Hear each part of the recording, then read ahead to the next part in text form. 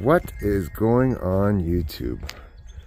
Well, it's the next day and checking on the tire. I already checked it and the pressure was still the same as how I left it. It held up. I took it for a ride, parked it overnight and didn't lose any pressure. Unfortunately, I didn't park it in the best position to show you the plug, but there's the plug right there.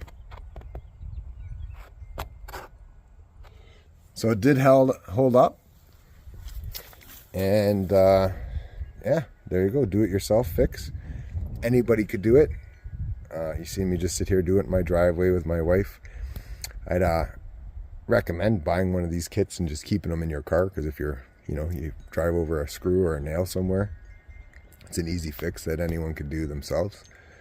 Definitely when you're reaming that hole out in the tire with that corkscrew thing, I mean, overdo it as much as you can.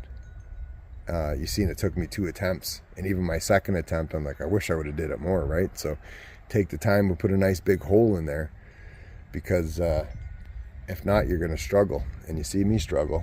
My wife, when we watched the video afterwards, she laughed at me. She said, it's funny because you can hear you squeezing and making all these noises, and but it doesn't look like you're doing very much. And I'm like, well, believe me, I put 100% into that. And it just so happened that I had one of those kits up on my computer and had the reviews up.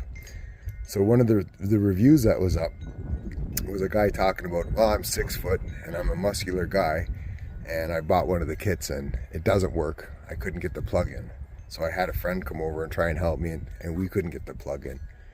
And then he says, so I went and bought another kit the next day and I still couldn't do it. So it doesn't work.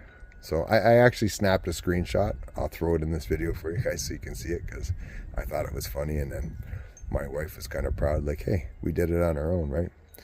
So it is definitely a do-it-yourself. You can fix it yourself.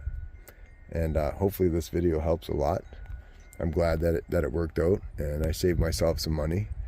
I look at the video now and it's kind of funny, and you're like, oh, that's a terrible video. I should just delete it. But you know what? I'm going to leave it. Maybe it'll help. Some of my other videos that I made, I thought wouldn't help, and I look at the comments on the other videos. This is just a tire plug, but that Audi fix I did, just some of the comments made my day, because people were very, very grateful. So, and it's just, I'm not a professional. I'm not a mechanic, but I am frugal and I don't like to throw money away. So the tire seems fixed for now, and yeah, if I could say anything, it would be, take your time and get that cork in there and make a nice big hole before you put that in there. And yeah, do it yourself. Don't be afraid you can't do it yourself. Thanks, YouTube. I appreciate anyone who's watched this. If you have a second, throw a like in there. I appreciate it. I am going to try and monetize this channel and get something going, but it's hard to get that momentum, right? So a like would actually go a long way.